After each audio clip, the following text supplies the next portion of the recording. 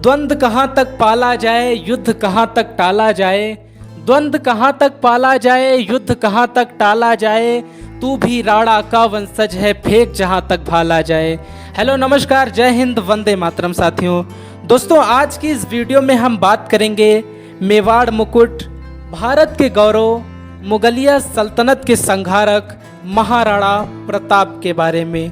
दोस्तों, महाराणा प्रताप का जन्म 9 मई 1540 ईस्वी को कुंभलगढ़ के किले में हुआ था।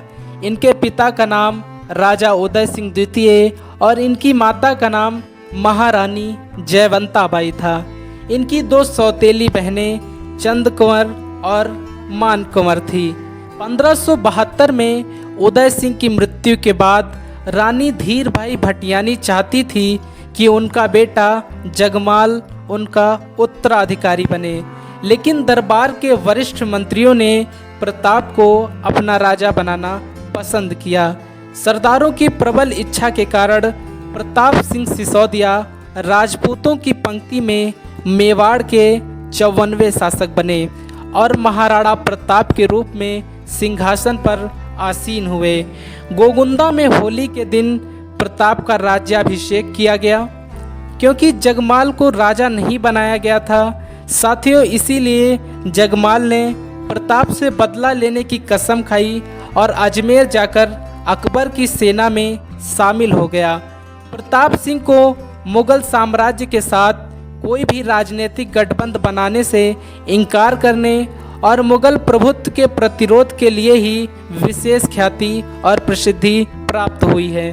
प्रताप सिंह सिसोदिया और अकबर के बीच संघर्षों के कारण ही हल्दी घाटी का युद्ध हुआ था।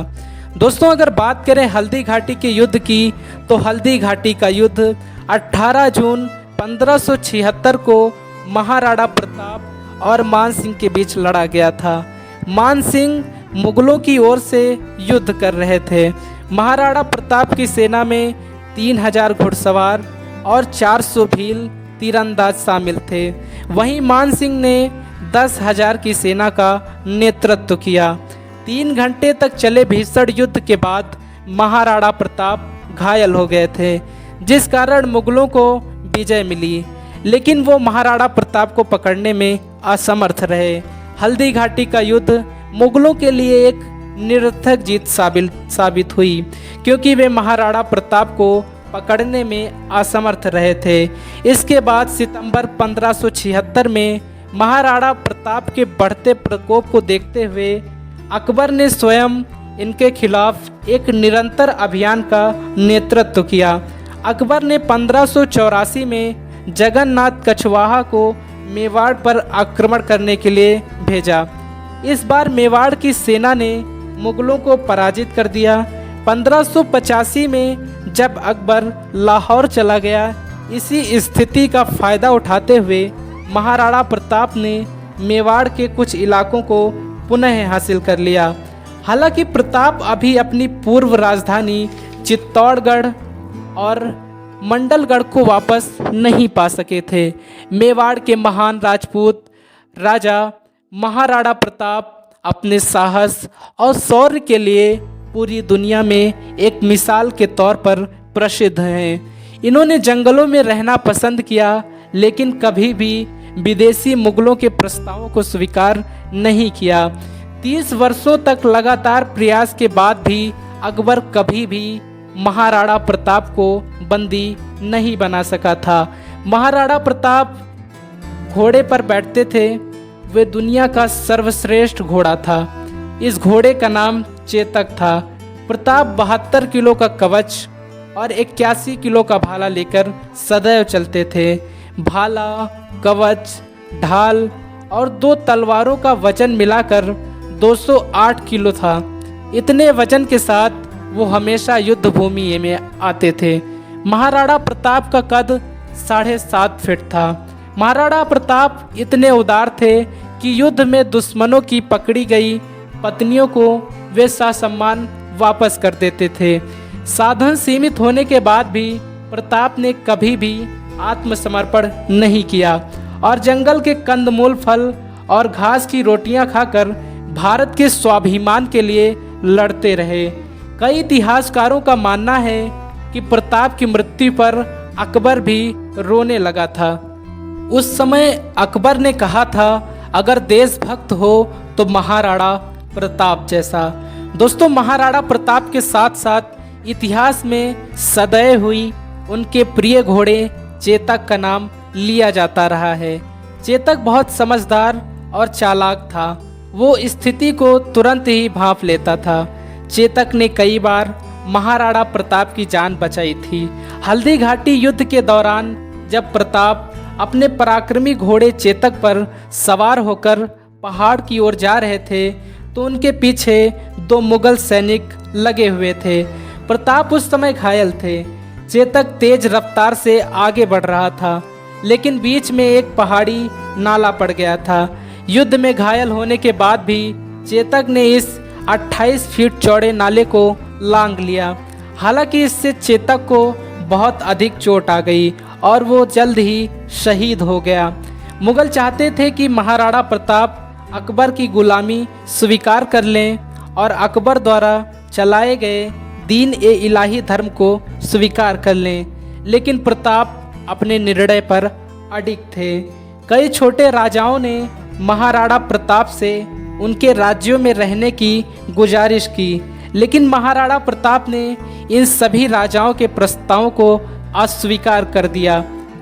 महाराणा प्रताप ने ये कसम खाई थी कि जब तक मेवाड़ को मुगल आधिपत्य से छुड़ा नहीं लेंगे, वो महलों को छोड़कर जंगल में ही निवास करेंगे। मेवाड़ के गौरव कहे जाने वाले भामा शाह ने महाराणा प्रताप को अपनी पूरी संपत्ति दे दी थी। भामा शाह ने 20 लाख असरफियाँ और 25 लाख रुपए महाराणा प्रताप को भेंट किए थे। संपत्ति व धन को पुनः प्रचुरता होने के बाद महाराणा प्रताप पुनः सैन्य संगठन में लग गए थे। इस संगठन की मदद से ही प्रताप ने कुंभलगढ़ को जीत लिया था। चित्तौड़ को छोड़कर महाराणा प्रताप ने अपने सभी क्षेत्रों को मुगलों से पुनः हासिल कर लिया और उदयपुर को अपनी राजधानी बनाई। महाराणा प्रताप ने अपनी 10 किलो वजनी तलवार से अकबर के मुख्य सेनापति बहलोल खान को एक ही बार में घोड़े सहित बीच से काट दिया था। अकबर ने महाराणा प्रताप को मनाने के लिए कुल 8 प्रस्ताव भेजे थे।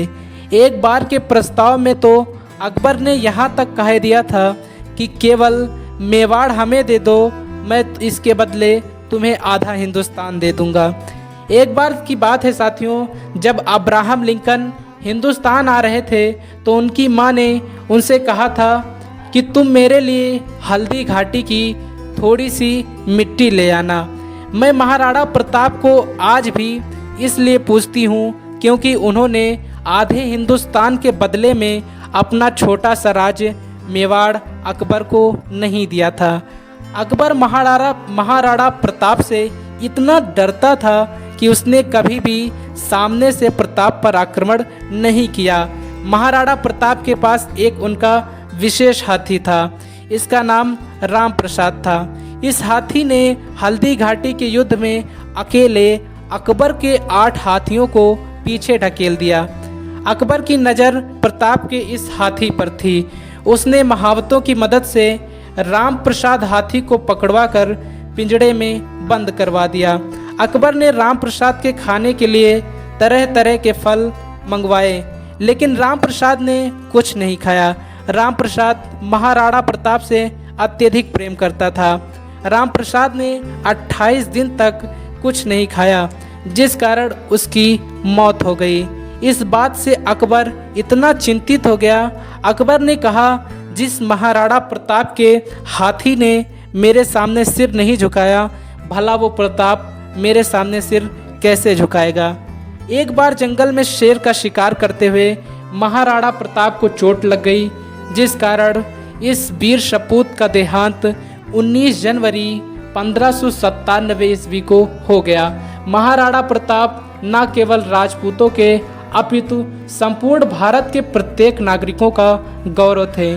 आज की इस वीडियो में फिलहाल दोस्तों इतना ही। कल फिर से मिलेंगे एक नई शख्सियत के साथ। इसी तरह की ऐतिहासिक किस्सों कहानियों को सुनने के लिए